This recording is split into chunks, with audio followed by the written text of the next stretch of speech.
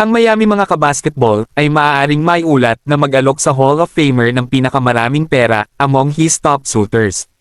Ang Miami Heat ay nananatiling isa sa mga organizations na interested in signing kay LeBron James. Ayon sa mga ulat, ang Miami ay maaaring mag-alok kay James ng largest contract among the teams still believed to be in the running for his services. Kung papirmahin ng Miami Heat ng contract si LeBron James ng humigit kumulang 7 million, magkakaroon pa rin sila ng sapat na salary cap flexibility para magdagdag ng 13th at 14th player while remaining below the first apron threshold.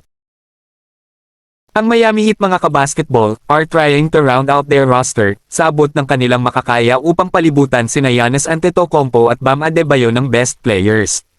Si LeBron is not only the best player available, ngunit ang kanyang kontrata ay magiging isang bargain para sa anumang team na pipirma sa kanya. Ang Miami Heat ay naghahanap upang magdagdag ng depth sa kanilang roster matapos nilang e-trade ang maraming players para kay Giannis.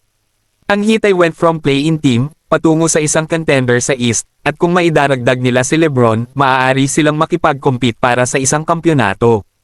Ang pagdaragdag ni LeBron mga kabasketball ay magbibigay kay Erik Spoelstra na maaaring masasabing most accomplished na trio sa NBA since he coached the Big Three.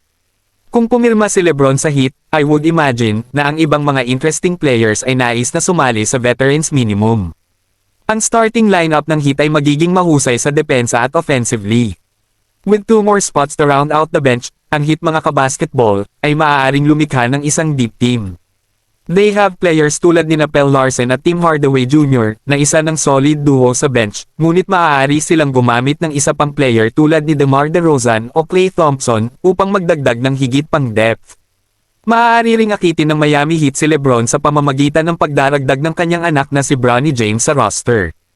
Ang mga ulat ay nagpahiwatig na ang Heat ay bukas na dalhin si Bronny James sa organization kung sa huli ay pipiliin ni LeBron ang South Beach. Maaaring idagdag ng Heat si Bronny sa isang 2-way contract.